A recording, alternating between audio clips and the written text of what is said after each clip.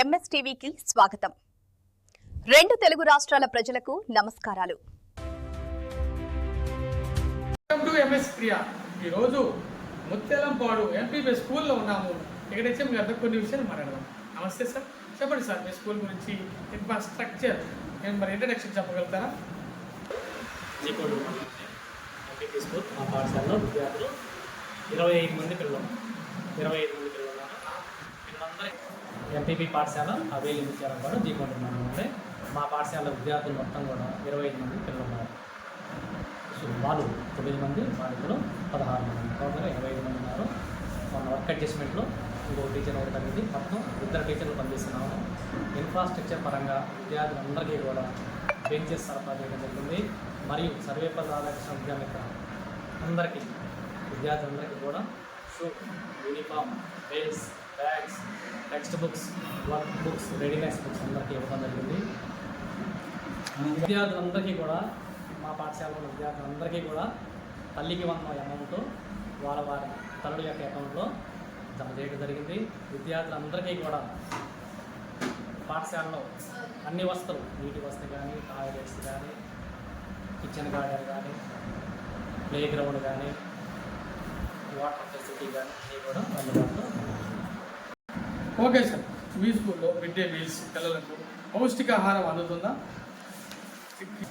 మా పాఠశాలలో విద్యార్థులందరికీ కూడా ప్రకాశితం వారి మధ్యాహ్న భోజన పథకం అందరికీ కూడా విద్యార్థులందరికీ ప్రతిరోజు మెనూ ప్రకారం అందడం జరుగుతుంది. అందులో భాగంగా ప్రతిరోజు కూడా విద్యార్థులందరికీ కూడా చిక్కి కోడిగుడ్డు ఇవ్వడం జరుగుతుంది. దాంతో పాటుగా రాగి జావ పంపిణీ చేయడం జరుగుతుంది. ప్రస్తుతంగా గురైతే అనారోగ్యానికి ఎటువంటి చర్యలు తీసుకుంటున్నారు?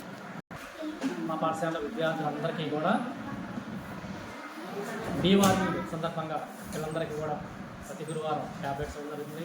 ఐరన్ ట్యాబ్లెట్లు ఇవ్వడం జరుగుతుంది.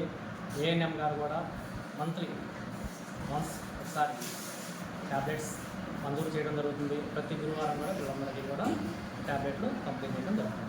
అదేవిధంగా మరి విద్యా విధానం మెథడ్స్ ఎటువంటి మెథడ్స్తో పిల్లలు చదివిస్తున్నారు? పాఠశాలలో విద్యార్థులందరికీ కూడా పాఠశాలలో బోధన సందర్భించి ముఖ్యాధార పద్ధతి ద్వారా విద్యార్థులందరూ కూడా ఎఫ్ఎల్ఎం కిట్స్, తరల్ ప్రోగ్రాం ద్వారా ఆటలు, పాటలు, కథల ద్వారా విద్యార్థులందరికీ కూడా పాఠ్య బోధన చేయడం జరుగుతుంది. మరియు జాగృతితార కార్డ్స్ కూడా ప్రభుత్వం వారు సరఫరా జరిగింది.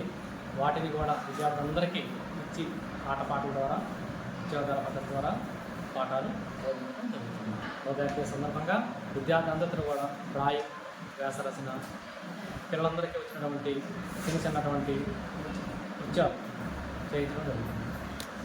విద్యార్థుల తల్లిదండ్రులకు మీ స్కూల్ గవర్నమెంట్ స్కూల్ గురించి ఏమని రిక్వెస్ట్ చేస్తున్నారు? తల్లిదండ్రులందరికీ కూడా రిక్వెస్ట్ చేస్తూ పాఠశాలలో 1 నుంచి 5 తరగతి వరకు మన దగ్గర ఉన్న పాఠశాలలో కాకుండా అందరు విద్యార్థులు కూడా మన పాఠశాలలో జాయిన్ చేసి విద్యార్థులందరికీ కూడా సకల సౌకర్యాలు కల్పిస్తున్నాం కాబట్టి అందరినీ కూడా మా పాఠశాలలో జాయిన్ చేయమని చెప్పడం జరుగుతుంది. ప్రైవేట్ పాఠశాలలో వద్దు, గవర్నమెంట్ పాఠశాలలో వద్దు అనే విధానంతో గ్రామ స్థాయిలో ప్రచారం చేసి విద్యార్థుల యొక్క రోల్ పెంచడం జరుగుతుంది.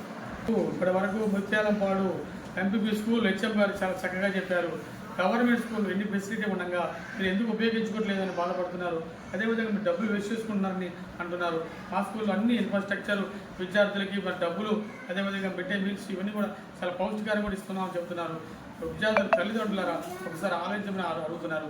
ఇటువంటి స్కూల్ని గుడ్గా రన్ చేస్తున్నటువంటి హెచ్ఎం గారికి congratulations, heartly welcome. MS media, ప్రతి చోట ప్రజల మాట.